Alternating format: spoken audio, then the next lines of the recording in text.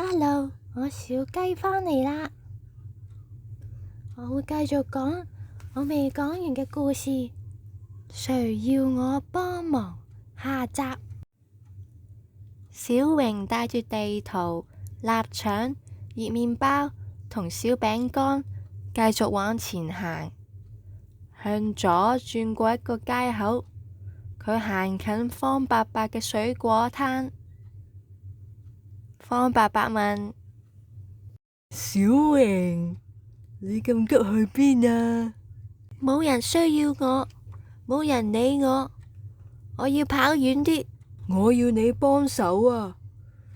你幫我去攞一桶水俾隻馬飲啊！小榮就攞咗方伯伯俾佢嘅水桶，老張修車廠裝咗滿滿一桶清水。隻馬一路飲水，一路不停咁搖尾巴。你睇，我隻馬喺度多謝你，我都要多謝你，送你4個紅梨，1串綠提子，你喺路上口渴咪可以食啦。小榮帶住地圖、臘腸、熱麵包、小餅乾，仲有4個紅梨、1串綠提子，繼續上路。向左拐咗個彎，又向右拐個彎。佢嚟到湯先生嘅修鞋鋪，湯先生敲下窗，俾手勢叫小榮入去喎。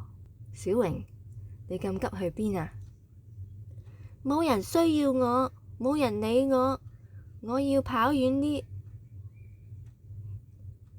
我要你幫手，你幫我將呢對鞋送俾麵包店嘅梅阿姨。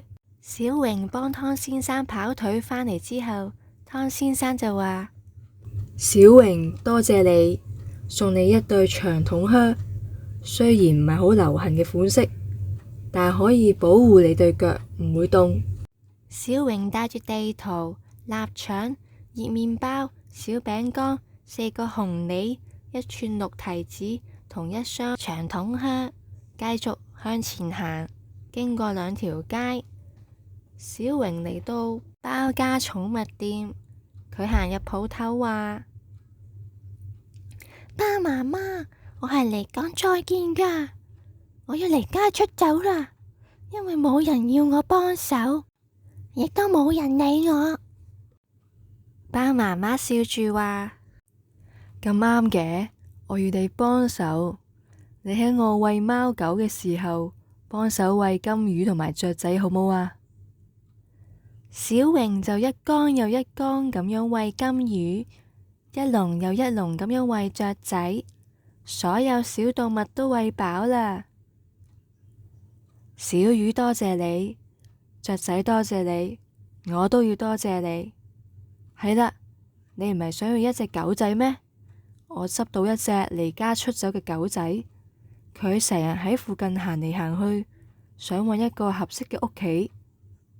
可惜佢係一隻土狗，而家送俾你啦，佢會喺路上保護你嘅。小榮好開心咁抱住隻狗話：我要叫佢小土。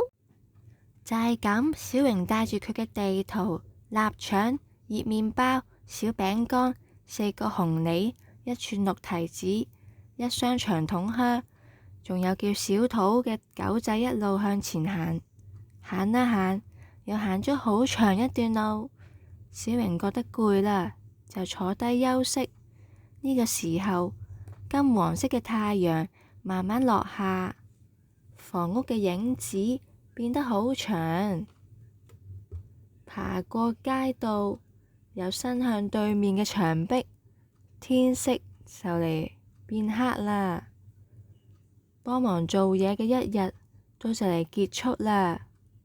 佢望住身邊嘅一大堆嘢，突然有咗個好主意。小榮諗，其實大家都需要我，都要我幫忙。佢企起身，向住返屋企嘅路行返去。爸爸媽媽、哥哥都企咗喺陽台上，好心急咁等住小榮返屋企。佢慢慢咁行上樓梯，話：我本來係要離家出走㗎。大家見到小榮返嚟都好開心，問佢：咁多嘢嘅，喺邊度拎返嚟㗎？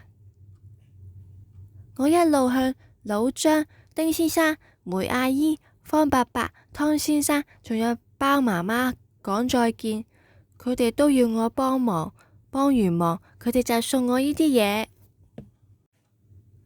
小榮將地圖送俾爸爸，爸爸好高興咁話：呢個就係我最需要，可以幫我整好聽日園遊會嘅計劃書。小榮將長筒靴送俾哥哥，哥哥大叫：哇，真係好！我聽日嘅表演服裝就差咁樣一雙靴啊！然後小榮就將4個紅梨、1串綠提子、臘腸、熱麵包同埋小餅乾都送俾媽媽。媽媽好開心咁話：小榮，你真係幫到手啊！呢啲可以攞嚟聽日做野餐。最後，爸爸抱起狗仔話：你需要小榮，小榮都需要你。特別係大人忙嘅時候，你就好好咁陪住小榮哦。媽媽笑啦：小榮，我哋唔單止需要你幫手，仲需要可愛嘅你成日喺我哋身邊。講完之後，媽媽就俾咗一個深深嘅擁抱俾小榮。故事就講完啦。大家有冇諗過想離家出走？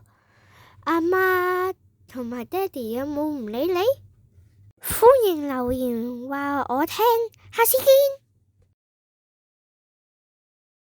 見。如果最想聽多啲廣東話故事，訂閱落嚟啊！